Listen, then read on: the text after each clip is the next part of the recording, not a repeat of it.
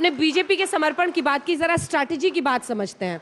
देखिए, आप यूपी के बीजेपी अध्यक्ष हैं, जरा बताइए कैसे तय होता है, कैसे कैसे कौन किसको टिकट मिलेगा, कैसे तय होता है? आप बूथ लेवल तक की स्ट्रैटेजी बता रहे हैं, कौन किससे, आप लोगों से फीडबैक तो लेते होंगे ना, ईमानदारी से बताइए। ईमानदारी से तय कौन करता है? देखिए, संगठन में सांसद है, विधायक है और अपना जिला अध्यक्ष है, जिला प्रभारी है, बाकी संगठन की रचना है, सिस्टम है, आप सब अंदर से जानती हैं। फिर ये सब सूची बनते बनते 3-3, 4-4 नाम के पैनल, फिर प्रदेश में लोग बैठते हैं, फिर छटते हुए संसदीय बोर्ड में जाता है, फिर संसदीय बोर्ड बैठ के निर्णय करता है, फिर सर्वे है, अब सामाजिक भी आ गया, तमाम सिस्टम है उसमें, तो उसको सोच समझ कर फिर 100-150 लोग का टिकट कट रहा है इस बार।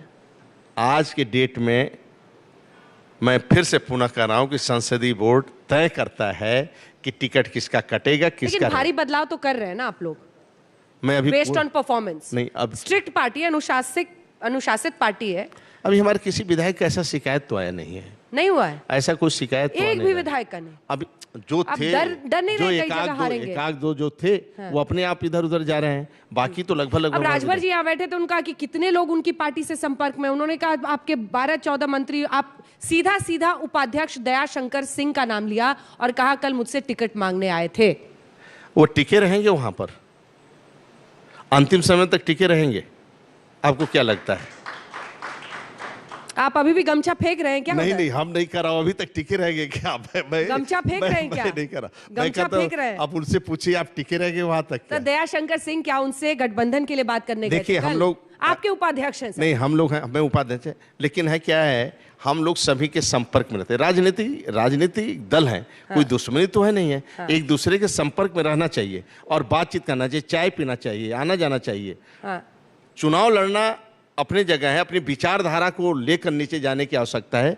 हमारा विचारधारा एक है, हम नीचे लेकर जाते हैं, हमारी कार्य पद्धति है। चलिए, अखिलेश जी के यहाँ चाय पीने जाते हैं क्या आपके उपाध्यक्ष है आप? अखिलेश जी को तो श्रद्धांजलि सभा कल्याण सिंह के उनके बहुत मैं सोचा था कि उनसे बात हो जाए, फिर मैं नेताजी के पास हमें जाना पड़ा। मायावती जी तो लाइन पर आ गए, माननीय कल्याण सिंह के श्रद्धांजलि सभा में तक नहीं आए हुआ। ऐसा राजनीतिक दल थोड़ा होना चाहिए, इस प्रकार की राजनीति होना नहीं चाहिए, इतना अहंकार किसी को नहीं होना चाहिए। तो क्या है, राजनीतिक दल एक दूसरे का, बहन जी से संपर्क, नेता एक दूसरे, तीनों लोग नेता है, माननीय मोदी जी, राज्य के अंदर योगी जी, अपने मायावती जी, अखिलेश जी, आप एक दूसरे से बात करने में क्या है, एक दूसरे के सुख दुख में शामिल होने में क्या प्रॉब्लम है? आप अपने विचारधारा के लिए लड़िए, अलग विषय है, लेकिन एक दूसरे के सुख दुख में, जनता के सुख दुख में शामिल होने में क्या प्रॉब्लम? आप कोरोना महामारी हो जाएगा तब भी बाहर निकलेंगे, कोई धरना प्रदर्शन आपको करना नहीं है, 5 साल में कुछ किए नहीं, कहाँ बैठे रहे? तो जबरदस्त भीड़ का दावा है उनकी रैलियों में। जौनपुर की रैली अगर आपने देखी हो, रात भर वो कह रहे लोग थे। उनका तो एक रैली करना है, 6 दिन में एक जगह यात्रा करना है, यहाँ एक दिन में 16 रैली करना है।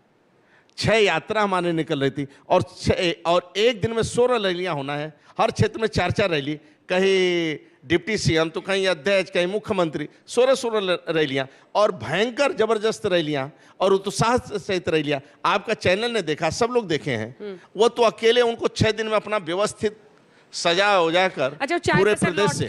चाय पर लौटते हैं, ज्यादा हजम नहीं हो रही है बात, मतलब इलेक्शन डेट्स अनाउंस हो गया और चाय पीने जा रहे हैं। कौन? दयाशंकर सिंह।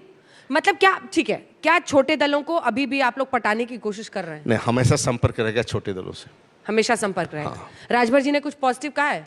वो तो कह रहे हैं कि सीट, उन्होंने कहा मंत्री पद मुझे वादा कर दिया अखिलेश जी ने, भोलेपन में बता गए वो कि मंत्री पद ऑफर हो चुका है और मैं कास्ट सेंसस के लिए बोल चुका हूं, तो जो उनके मुद्दे वो कह रहे हैं वो मान गए हैं। अब देखना, लास्ट में लोगों को टिकट नहीं देंगे उतना, अखिलेश जितना कहे हैं नहीं देंगे, तब आप उनको लपक लेंगे? नहीं, हम नहीं लपकेंगे।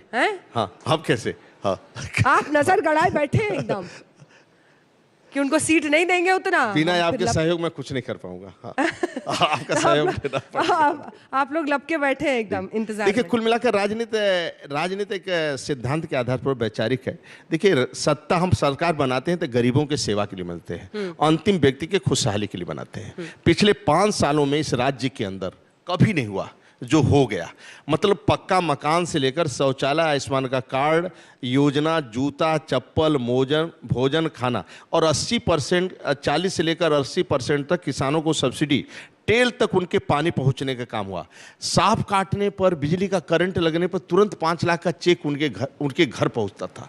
मतलब छोटी से छोटी बातें, जिस प्रकार गांव में इस बार मतलब कोई आपदा है तो लोग अधिकारी से लेकर नेता तक मतलब बिल्कुल पैकेट व्यवस्थित रूप से, कोई बेईमानी नहीं, कोई घटतौली नहीं, आराम से, और उनके घर तक गल्ला।